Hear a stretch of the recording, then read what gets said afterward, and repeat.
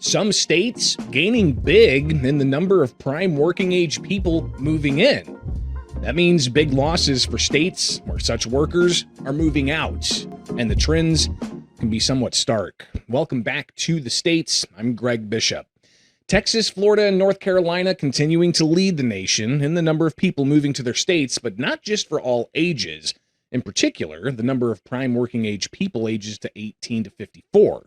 California, New York, and Pennsylvania, on the other end, are losers for that age group. Now, every 10 years, the U.S. Census provides official counts of the United States population. Those numbers are used to draw lines for congressional apportionments, just how many seats in Congress a state may have, and state-level data is used to draw legislative boundaries and even determine which districts should receive more taxpayer funds. Now, to show how this impacts states' power in Congress, the Center Square contributor Chris Wade reported earlier this year, after U.S. Census numbers were released on an annual basis, that New York stands to lose 2 seats in Congress after the 2030 census, with the blue state's population growth lagging far behind the rest of the country. So consider that. New York's control in Congress would slip by 2 seats in Congress if their population trends continue on a downward trajectory. The reports by the nonpartisan redistricting network suggests New York could lose nearly 10% of its congressional representation after the next count in 2030. And that could cost the Empire State 2 seats. But New York not alone. Democratic-led states could also take a hit, like California. They could see a 10% reduction possibly. And that means up to 4 seats they could lose because of continued population trends. Rhode Island could lose 1 seat, while Illinois could possibly lose 2 seats. And again, that's because of the population trends in the decennial census. Meanwhile, states that are growing, Texas, Florida, they're both expected to gain another 4 seats in Congress, giving Texas and Florida that much more control over the U.S. Congress after that next census. And the group, analyzing the projected increases, they could see 10% to 14% respectively increased in the number of seats in Congress. Now, the data from the census every 10 years used for reapportionment of Congress, but also the census updates annual estimates. So every year they put out these numbers, and the annual estimates, not just for the total number of people that count, they also break down the various demographics. Now, the census's most recent release of state populations by characteristics covers 2020 to 2025. These are annual estimates, and in particular, a breakout of the ages of those being counted is what's most recently released. So let's take a look at some of the big gains, and in particular, those aged 18 to 54, what some consider prime worker age.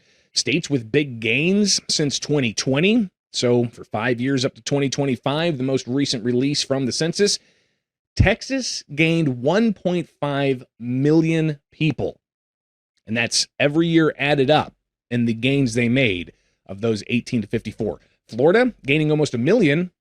North Carolina gaining 360,000. Arizona, Georgia, and Tennessee all gaining 6 figures in the ages of those 18 to 54. The most recent census data also shows states with losses of that age group over the past 5 years. New York lost 228 people between 18 and 54 in the past 5 years. California lost 191,000. Illinois lost 35,000. And Louisiana lost about 33,500. And again, that's over the 5 years, each annual estimate added together. But with this type of data, there's plenty of ways to slice and dice those numbers. If you're proficient with spreadsheets and raw data, it can pretty quickly show you some big differences. Let's take a look at a more narrow section of the data from across the country. So when looking at just annual changes from 2024 to 2025, and also narrowing that working age number from 18 to 54 to be 18 to 35. So we're looking at even the younger subset of that prime age working population, 18 to 35. And the trends don't necessarily change, but the annual rate, it can be somewhat eye-opening. So here are the states with big gains of 18 to 35-year-olds over just 1 year change, 2024 to 2025. In 1 year, Texas gained 109,345 individuals age 18 to 35. Florida gained 33,600. North Carolina surpassing Florida's gain at 38,000 of those 18 to 35-year-olds. Arizona, Georgia, and Tennessee also seeing big gains. But what about the other side of that spectrum? The losses. Well, they're in the thousands, if not tens of thousands, for these states. So from 2024 to 2025, California lost 37,700 individuals between the ages of 18 to 35. They're moving elsewhere. New York lost 17,600. And Pennsylvania lost over 9,000 individuals who are aged 18 to 35. So what's behind some of this? Well, major growing areas. In Texas, which was a big winner over the past 5 years and over the past year, 8 of the 15 fastest growing cities in the U.S. are in Texas. And that's according to U.S. Census data released back in May. The 5 fastest growing cities in the country with populations of 20,000 or more were Salina, Texas, Fulshear, Texas, Princeton, Melissa, and Anna, Texas. 15 fastest growing cities and towns in the country with populations of 20,000 or more, hitting all of these various areas, including areas in Utah, and Colorado, and Idaho, and Arizona, Alabama, and again, in Texas. Now, by contrast, large cities saw population declines over the same time period, especially in the Northeast, led by New York City. And in New York, Republicans long argued that the state's outmigration being driven largely by the state's highest in the nation tax burden, a business sector struggling under excessive regulations, and rising labor costs. California also seeing population trends not too favorable. Residents left more affordable places in the country, leaving California to find greener pastures over the past 20 years.